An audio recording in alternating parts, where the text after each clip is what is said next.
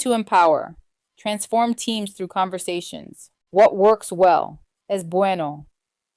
Fully immersing yourself in conversations is essential, not just to hear the words, but to understand the deeper intent behind them. As a leader, active listening is your foundation.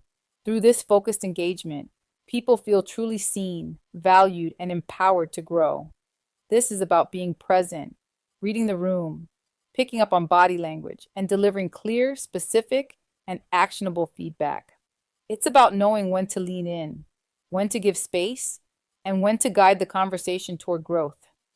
This kind of human connection is irreplaceable. When leaders show up with intention and genuine curiosity, they foster an environment where trust thrives. It's not just about listening, it's about making people feel heard, respected, and empowered. This is leadership that builds trust, strengthens teams, and drives growth. Real world experience. I've encountered both sides of the conversation, experiencing interruptions and occasionally being the one to interrupt. Over time, I've learned that effective leadership does not stem from having all the answers. The most impactful leaders listen deeply and create opportunities for others to find their own way. A significant lesson emerged from a moment when a direct report approached me, feeling overwhelmed. My instinct was to jump in to solve their problem and alleviate their stress.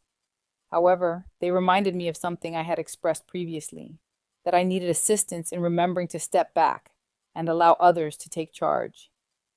This realization shifted my perspective. It was about empowering them to find their path rather than controlling the outcome. I began to ask open-ended questions instead of jumping into solutions, and something remarkable happened. They discovered the answer themselves. This empowerment built trust, not only between us, but throughout the team. They didn't just resolve the issue, they grew, and we all benefited from that experience. I recognized that true empowerment arises from listening, not fixing. This lesson influenced how I approached feedback. When a team member missed a critical deadline, my earlier response might have focused solely on critique.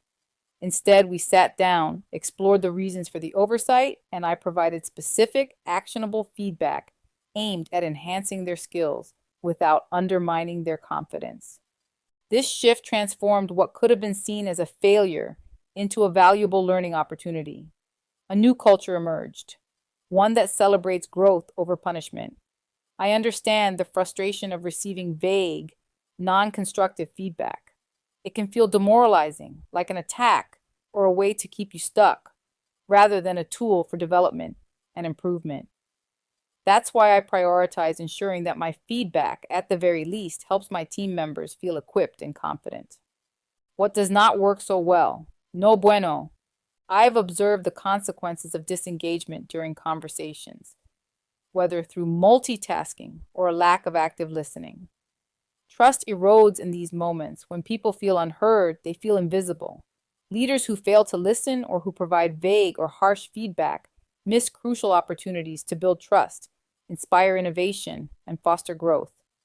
I've encountered leaders who do not fully listen and jump to judgment based on incomplete perspectives and invalidated assumptions. Delivering harsh criticism that lacks a constructive path forward can be detrimental. Such feedback doesn't just discourage individuals, it can halt progress and diminish motivation. I empathize with those who feel paralyzed after receiving feedback that feels more like a personal attack than a pathway to learning. Leaders must recognize that listening isn't a passive act. It's one of the most proactive actions they can take. Feedback should serve as a tool for empowerment rather than mere criticism. The most successful teams I have led thrived on honest conversations where every voice was heard and every challenge was met with a helpful response. Listening and feedback are transformational processes, not merely transactional. When we embrace these practices, we do more than manage a team. We unlock their potential. It's about fostering a culture where every individual feels empowered to continuously improve and thrive. The song Listen by Beyoncé embodies this practice. Its lyrics express the frustration of not being heard. In leadership, it's essential to create a safe space where people feel seen, and understood. Just as the song advocates for recognition and empowerment, leaders who genuinely listen can transform teams by giving individuals the freedom to express themselves and discover their voices. This concludes Chapter 2. Please proceed to Chapter 3. Lead with vulnerability, the power of human connection.